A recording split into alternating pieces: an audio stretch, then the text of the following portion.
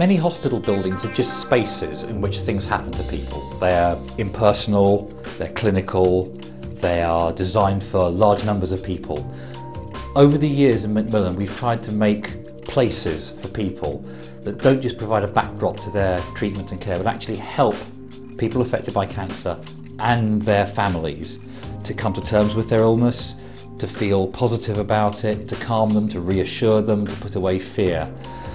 The new Belfast Support and Information Centre is a good example of that, I think. And if we start outside, the first thing that strikes you is how accessible it is. Yes, there's steps and a ramp if you can't manage the steps, but also it's transparent. It's open, you can see inside from the outside, so you can see what you're going into. You don't have to push open a solid door and wonder what's on the other side of it. When you're inside, you can see back out. It's the real world still out there. You haven't left the real world just to come into hospital. When you come into the drop-in lounge, there's someone to meet you, to greet you, to find out your needs as an individual. There's somebody to make you tea and coffee, or you might like to make them yourself.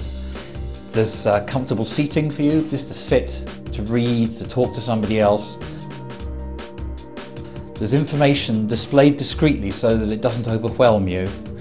There is internet access behind the partition so that you can view the internet without everybody else knowing what you're looking at. In all, the whole lounge area is open, welcoming, informal, more like a hotel lounge than a hospital. You might think a hair salon is quite an unusual room to find in an information centre, but many people suffer hair loss as part of their chemotherapy, and this restores some of their confidence and dignity. Feels like a high street hair salon. Whilst the ground floor is quite open and public, the first floor is much more private, where one-to-one therapy, counselling and other individual activity goes on. This is the complementary therapies room, a lovely space where individual therapies, massages, oils can take place in a confidential surroundings, comfortable, large, welcoming. The lighting can be dimmed to give the right atmosphere. All in all, it's a lovely space to be cared for in. Across the corridor is the silver birch room. This is another therapy room, but with a slightly different emphasis. It's for use by small groups of people, perhaps an art therapy group or a group having meditation. There's also a reflexology chair for individual treatments. Next door is the Ash Rowan room. This is a family counselling and quiet room. One of the principles of healing environments is inclusiveness, not separating people from their families and relatives. So this room is big enough to accommodate a whole family in comfort, talking to a therapist or a counsellor. At the end of the floor is the Oak Room.